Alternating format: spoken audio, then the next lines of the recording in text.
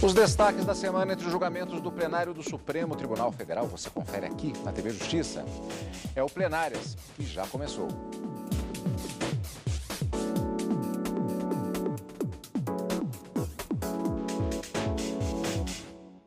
E hoje com os principais momentos das sessões dos dias 25 e 26 de abril de 2018. Karina, uma pauta bastante diversificada, muitos processos que havia perspectiva e vários processos foram julgados. Destaque particularmente para questões relativas a atos do Conselho Nacional de Justiça, do Conselho Nacional do Ministério Público e também uma questão que inclusive levou a uma tese, já que se tratava de um recurso extraordinário com repercussão geral reconhecida, que foi a possibilidade de qualquer parlamentar, como cidadão, requerer informações ao Poder Executivo. Ao todo, Cadu, foram 7 julgamentos realizados e todos eles concluídos.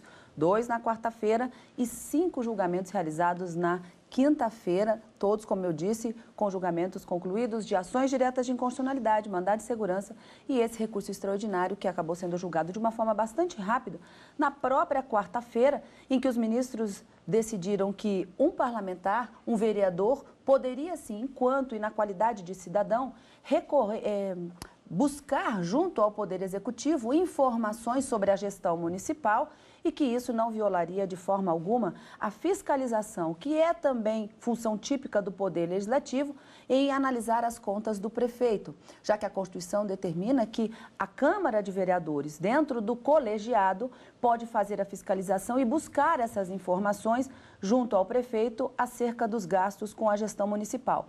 Nesse caso, havia um acórdão do Tribunal de Justiça do Estado de Minas Gerais que estava impedindo esse vereador de sozinho, de forma direta, buscar esse tipo de informação junto ao prefeito, ao chefe do Poder Executivo Municipal. E na quarta-feira, os ministros acabaram julgando procedente, por unanimidade, esse recurso extraordinário para entender que, não só na condição de parlamentar, mas na condição de cidadão brasileiro, todos podem buscar essas informações e elas devem ser concedidas, desde que, diz a Constituição Federal, essas informações não sejam sigilosas. Esse foi o julgamento realizado na quarta-feira e na quinta-feira várias ações diretas de inconstitucionalidade foram julgadas, mas um mandado de segurança que também foi julgado e concedido, a segurança confirmando a liminar já anteriormente deferida pelo relator, informando que o Senado da República deveria retirar do site informações que haviam sido disponibilizadas e que teriam caráter sigiloso em razão de uma quebra de sigilo bancário, fiscal e telefônico ocorrido durante a CPMI dos Correios, que aconteceu em abril de 2006. Essas informações estavam disponíveis e acabavam, de uma certa forma, violando a privacidade daquela empresa recorrente ou, na verdade, autora desse mandado de segurança e que os ministros acabaram entendendo que, sim, estaria havendo uma violação desse direito da privacidade com essa divulgação de dados acobertados pelo sigilo, já que a Constituição garante a inviolabilidade da privacidade e da intimidade dessas pessoas.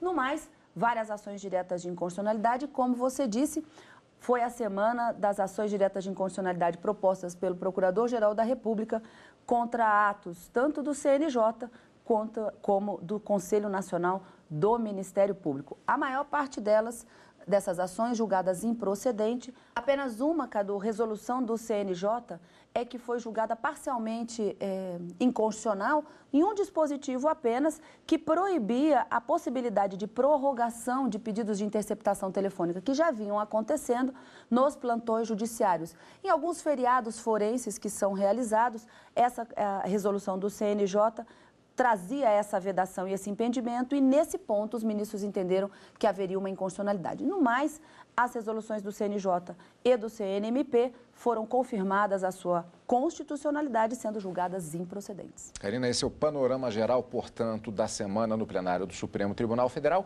Como sempre, aqui no Plenárias vamos fatiar, vamos ver mais detalhadamente como foram estes julgamentos. Começando, portanto, com a sessão plenária da quarta-feira. Como qualquer cidadão, parlamentar pode requerer informações ao Executivo e, como vimos, esse foi o entendimento do plenário do Supremo Tribunal Federal na sessão plenária desta quarta-feira. Tese aprovada, como já adiantamos também, já que se tratava de um recurso extraordinário com repercussão geral reconhecida, essa tese dispõe que o parlamentar, na condição de cidadão, pode exercer plenamente seu direito fundamental de acesso à informação de interesse pessoal ou coletivo. Por unanimidade, o plenário do Supremo decidiu que parlamentares, enquanto cidadãos, podem solicitar diretamente ao Poder Executivo informações e documentos públicos sobre a gestão. O caso foi analisado durante o julgamento de um recurso extraordinário de um vereador de Minas Gerais. A decisão, com repercussão geral reconhecida, vale para processos semelhantes em todo o país. O relator foi o ministro Dias Toffoli. Aqui não se tratam de informações sigilosas, não se tratam de informações que dependeriam, por exemplo, de uma comissão parlamentar de inquérito, de uma formalização maior. São informações que são dadas a qualquer cidadão, mesmo que não seja parlamentar. Também cito aqui a distinção de um caso, que foi uma ação direta de inconstitucionalidade contra uma lei de São Paulo, do Estado de São Paulo. Esta lei do Estado de São Paulo permitia a qualquer parlamentar da Assembleia Legislativa de São Paulo chegar em qualquer repartição pública e obter todas as informações possíveis, simplesmente chegando no balcão da repartição e pedindo-a.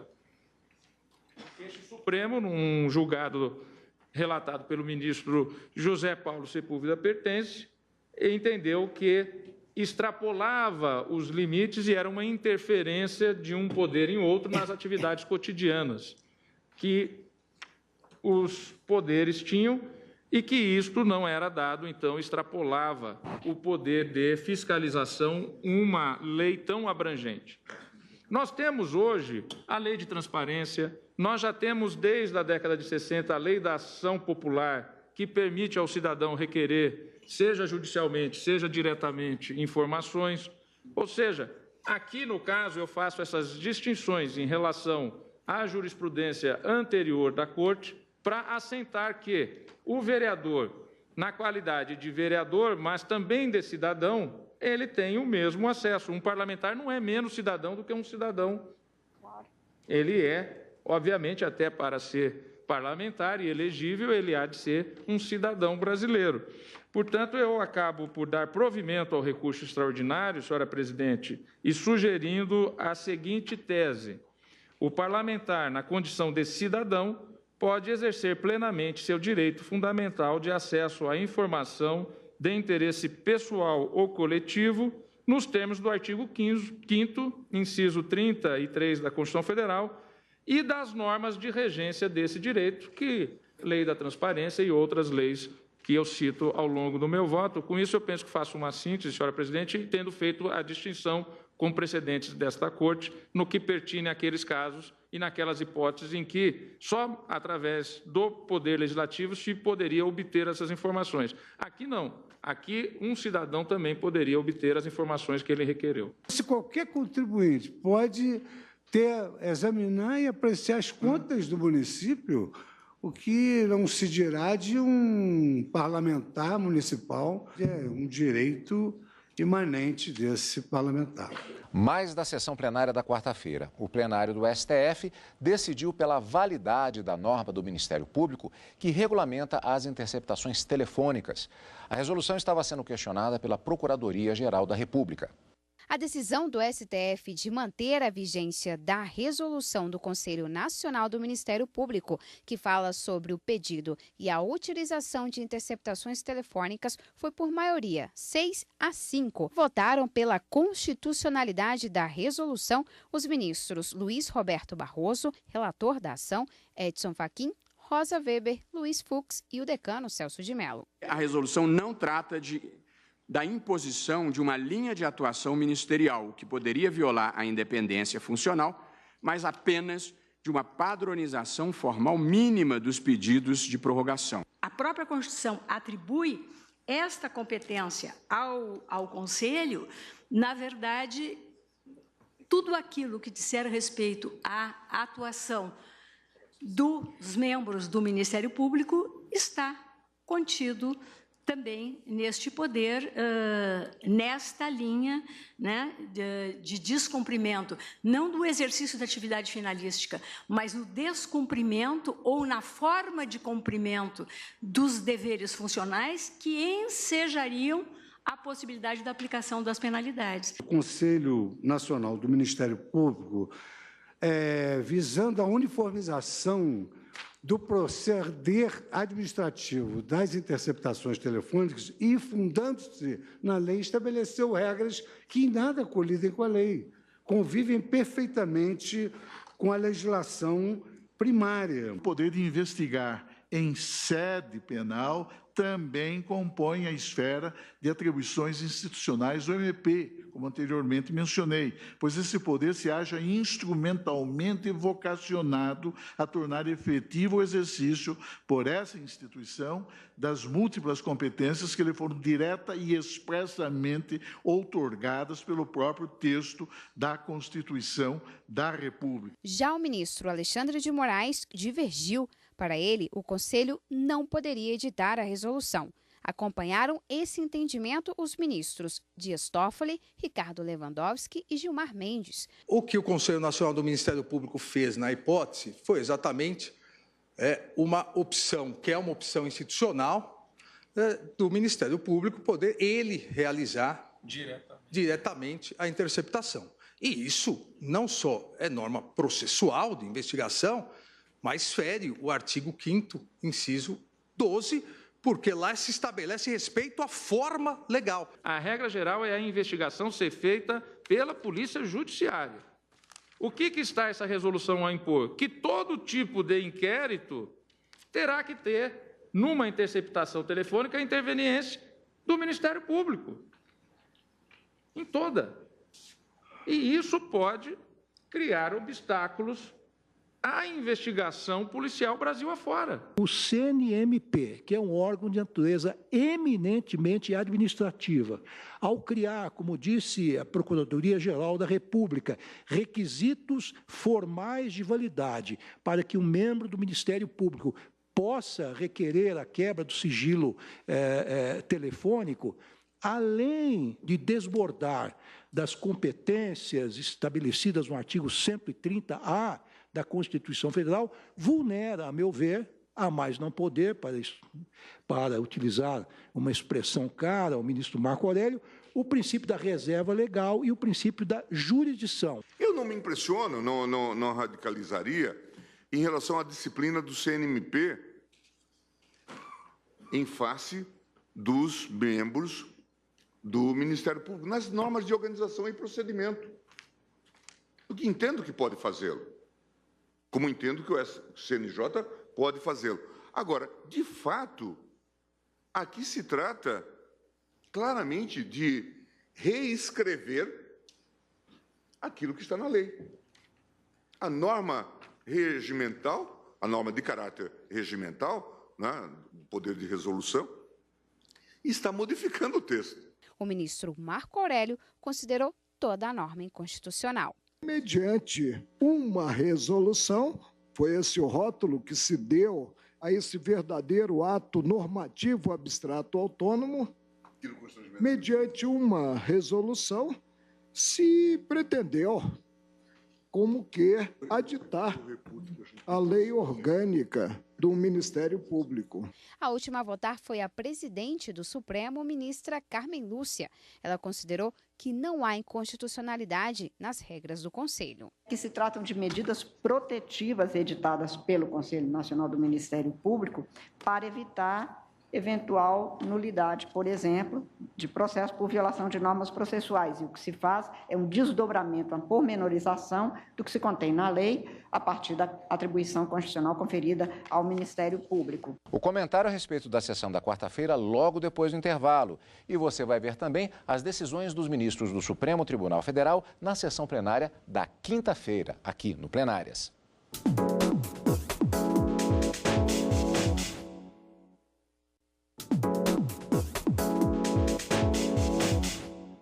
Estamos de volta com o Plenárias. Karina, nós vimos no bloco anterior, na sessão plenária da quarta-feira, entre os destaques, a questão da decisão do Supremo pela validade da norma do Ministério Público que regulamenta interceptações telefônicas. Exatamente, Cadu. E na quinta-feira, uma resolução do CNJ que disciplina e informa como deve ser utilizada a interceptação telefônica pelos órgãos do Poder Judiciário também foi julgada na quinta-feira. Havia uma expectativa de que o mesmo entendimento dado na quarta fosse repetido mas, na verdade, não. Como você diz, né, Cadu? Só que não.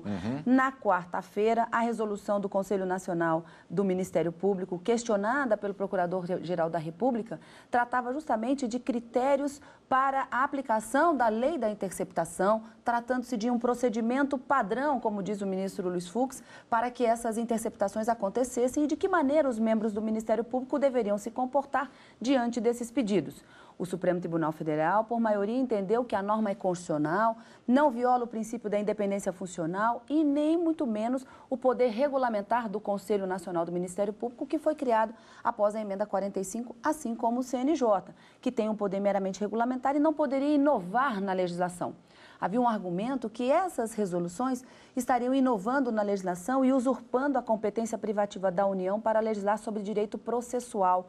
Mas, nesse caso, a maioria que se formou entendeu que não havia qualquer inconstitucionalidade no caso do Ministério Público, da resolução do Ministério Público que traziam esses procedimentos sobre a interceptação, mas na quinta-feira, ao analisar a resolução do CNJ, os ministros entenderam que um dispositivo da resolução que impedia a prorrogação dessas interceptações durante o plantão judiciário, esse plantão judiciário, ele até foi explicado pelo ministro Alexandre de Moraes, relator dessa ação direta de inconstitucionalidade.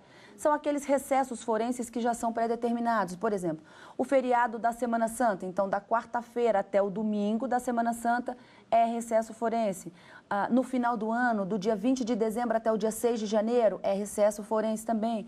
No dia 11 de agosto, que é o dia da implantação dos cursos jurídicos no Brasil, dia 8 de dezembro, que é o dia da Justiça, todos esses seriam considerados recessos forenses e, de acordo com a norma do CNJ, nesses recessos não poderia haver a análise pelo juiz de plantão de um pedido de prorrogação das interceptações telefônicas, já que a lei determina que essas interceptações telefônicas elas podem ter um prazo de duração prorrogável por um prazo igual. E essa prorrogação, portanto, de acordo com a resolução, não poderia ser feita dentro desse período de recesso forense.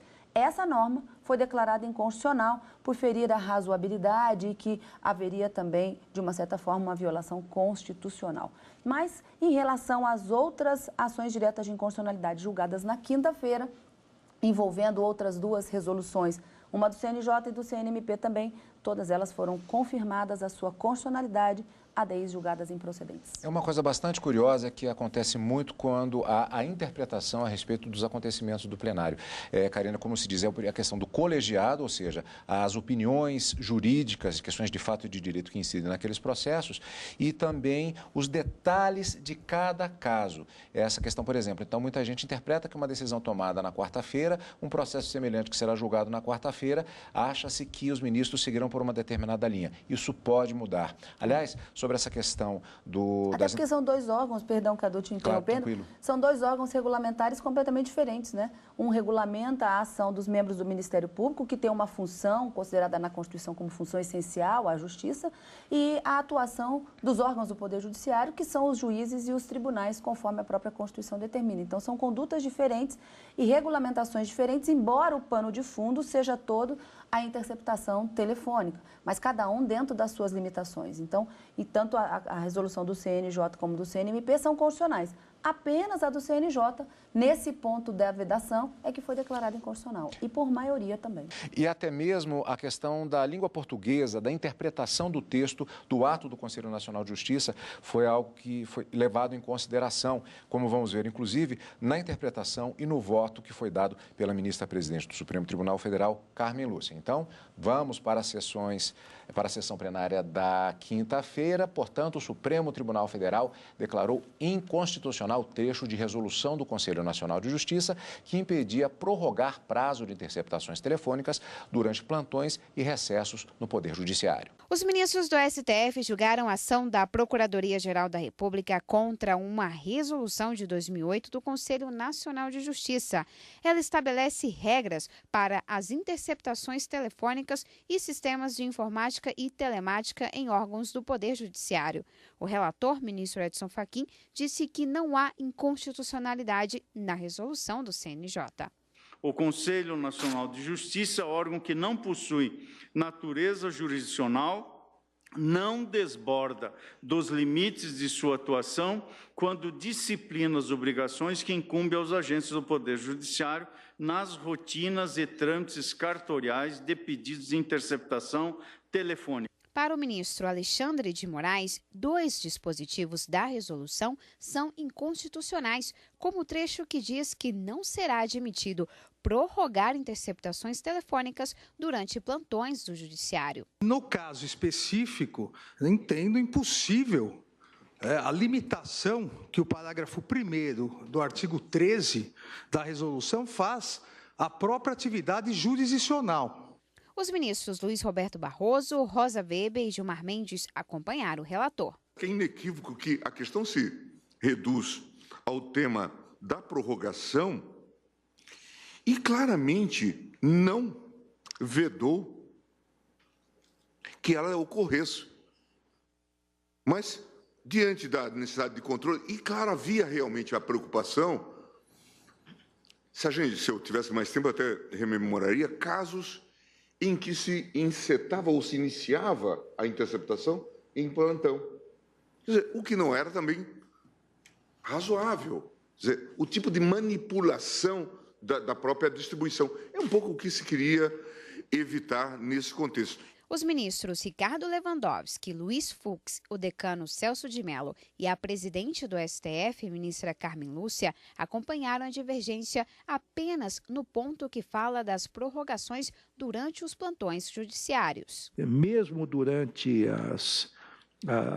o recesso, seria possível a prorrogação das interceptações. Mas é que a norma diz não será não autorizado. É muito taxativa, então não há espaço para interpretação conforme. Então eu vou acompanhar o ministro Alexandre de Moraes neste aspecto e também o ministro Fux. Eu tenho assim, um receio de que, eventualmente, esse dispositivo possa conduzir a uma passividade do juiz de plantão diante de um pedido de interceptação telefônica. Eu, parcialmente, vou acompanhar o ministro Alexandre de Moraes nessa questão. Dentro das atribuições do CNJ, que não lhe cabe nenhuma competência cujo exercício seja capaz de interferir no desempenho da função típica do judiciário, que é a função jurisdicional. O ministro Marco Aurélio considerou que toda a resolução viola a Constituição.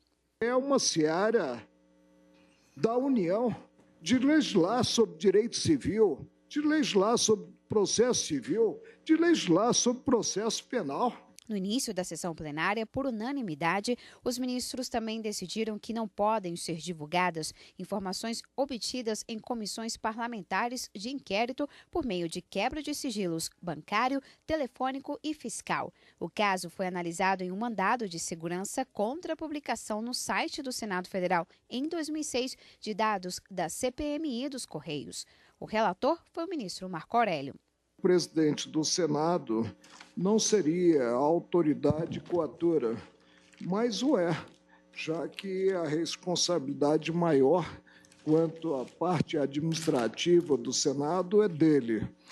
O pano de fundo, sigilo, dados bancários, telefônicos e também fiscal, divulgação, o afastamento do sigilo por uma comissão, né, do Senado e divulgação na internet. A quebra do sigilo, evidentemente, não elide o dever de preservar a informação sobre o sigilo, salvo se ela constar do relatório final.